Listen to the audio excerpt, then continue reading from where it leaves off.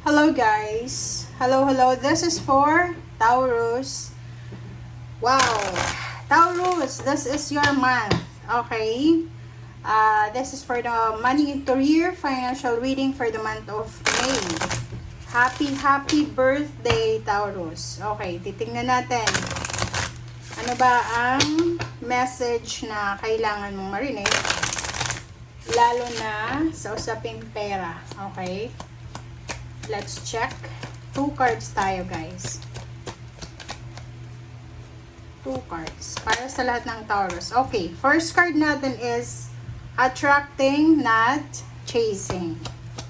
And second card is raise or promotion. Wow. Congratulations, Taurus. Okay. Una tayo dito sa good news mo. Itong second card na to, this is raise or promotion. Sinasabi ng bara sa'yo, congratulations. Congratulations, Taurus, kasi there's an increase in your abundance flow na naghihintay sa'yo. So, pwede ditong may salary increase, higher position, promotion, career change, additional income, unexpected money coming, parang ganon. So, this money, this raise, ay resulta siya ng yung positive na focus and then yung willingness mo na gumawa ng action. Okay? So, sinasabi ng bara sa'yo dito na good job daw. Good job. Well done. Congratulations. And keep up the good work. Okay. Second card natin is attracting, not chasing. So, sinasabi ng baraha dito, money, since money yung hinahanap natin dito, anything or anyone you chase after will run the other way. So, kumbaga, wag mong habulin yung pera.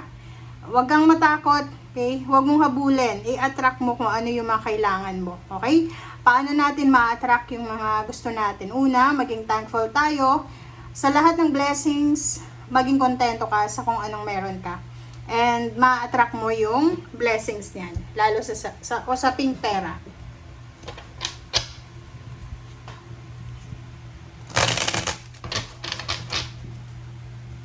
Okay.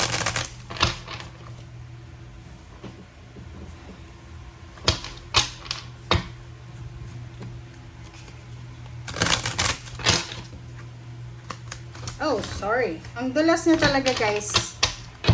Whew. Okay, Taurus. Okay.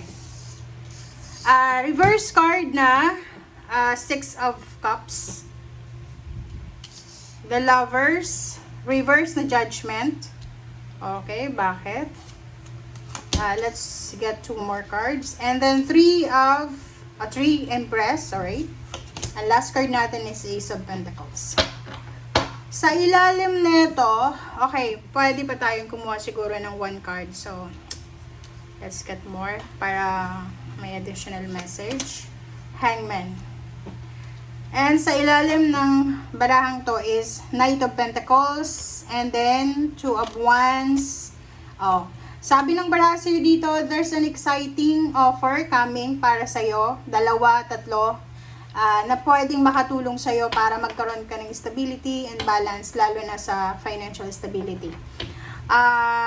Pwedeng may mag-offer sa'yo ng job, may mag-recommenda sa'yo, and pwedeng may mga long distance job or career, international.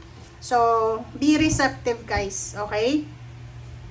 Reverse yung 6 of Cups. So, nakikita ko sa'yo dito na parang ngayong buwan ng Mayo, sobra-sobra yung motivation mo. You're super motivated sa lahat ng mga actions na gagawin mo. So, nakikita ko sa'yo dito na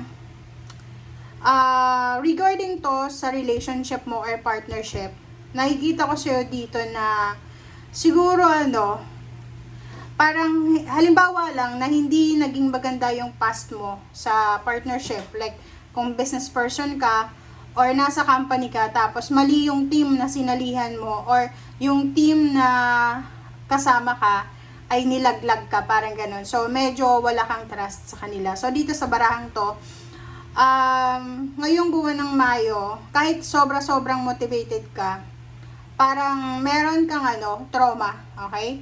Medyo may trauma ka na makipag-collaborate and makipag-communicate or partner sa mga tao sa paligid mo. So, nakikita ko sir dito na parang ayaw mong mangyari ulit yung nangyari sa'yo. So, yun ang nakikita natin. There's Empress. Okay, this Empress is raise or promotion. Ace of Pentacles. So, sinasabi ng bala sa'yo dito na mayroong, halimbawa, trabaho siya, trabaho, negosyo, or kahit na anong klaseng pagkakapirahan na siguro dati hindi siya natuloy. Pwedeng pag-abroad, pwedeng dating OFW ka, tapos sumigil ka na. Ngayon, there's another opportunity. So, sinasabi ng baraha sa iyo na prepare yourself para sa upcoming financial raise or promotion or new beginnings. So, sobra-sobra to na blessings na darating sa iyo. Kung ano man siyang gagawin mo, ito ay magdadala sa iyo ng sobra-sobrang salapi. Okay, so let's clarify.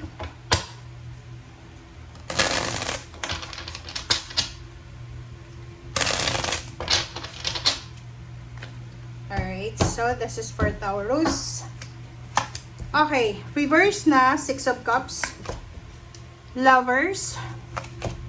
Judgment na reverse. Empress.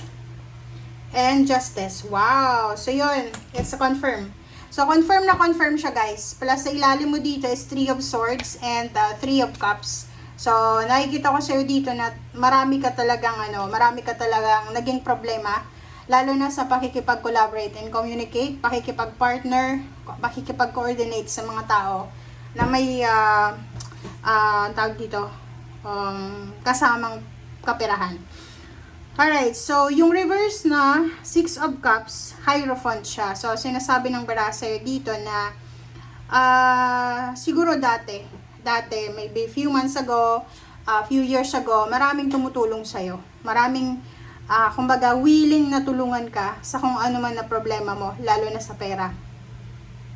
May mga tao na pwede kang lapitan para mangutang, but siguro ngayong Mayo, imposible siya. Yun yung pwedeng mamimiss mo, or yung pwedeng, like halimbawa di ba birthday mo, wala kang pera ngayon. So siguro dati palaging may nag-sponsor ng birthday mo, may regalo, ganyan ganito. Hindi yan mangyayari ngayong taon. This May birthday ay wala kang matatanggap na regalo. Another is the Lovers and Four of Pentacles. So nakikita ko sir dito na isa sa mga rason or motivation mo this month na mag-ipon, it's because gusto mong magpatayo ng bahay, gusto mong magpa-renovate ng bahay, or gusto mong bumuo ng pamilya.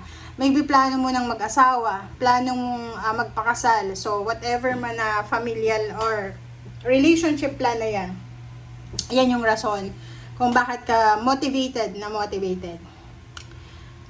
Nakikita ko sir dito, siguro yun nga, this is traumatic, this is your past. So maraming nangyari sa nakaraan.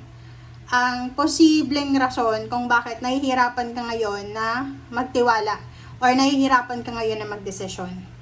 Ten of Wands and the Empress. So, nakikita ko sir dito na kailangan mo daw na ihanda ang sarili mo. Prepare yourself, Taurus, kasi kung ano man yun na plano mong pagsisimula, kailangan mo dyan ng sobrang lakas ng loob, lakas ng katawan, paniniwala sa sarili, sa Diyos, or sa skills mo.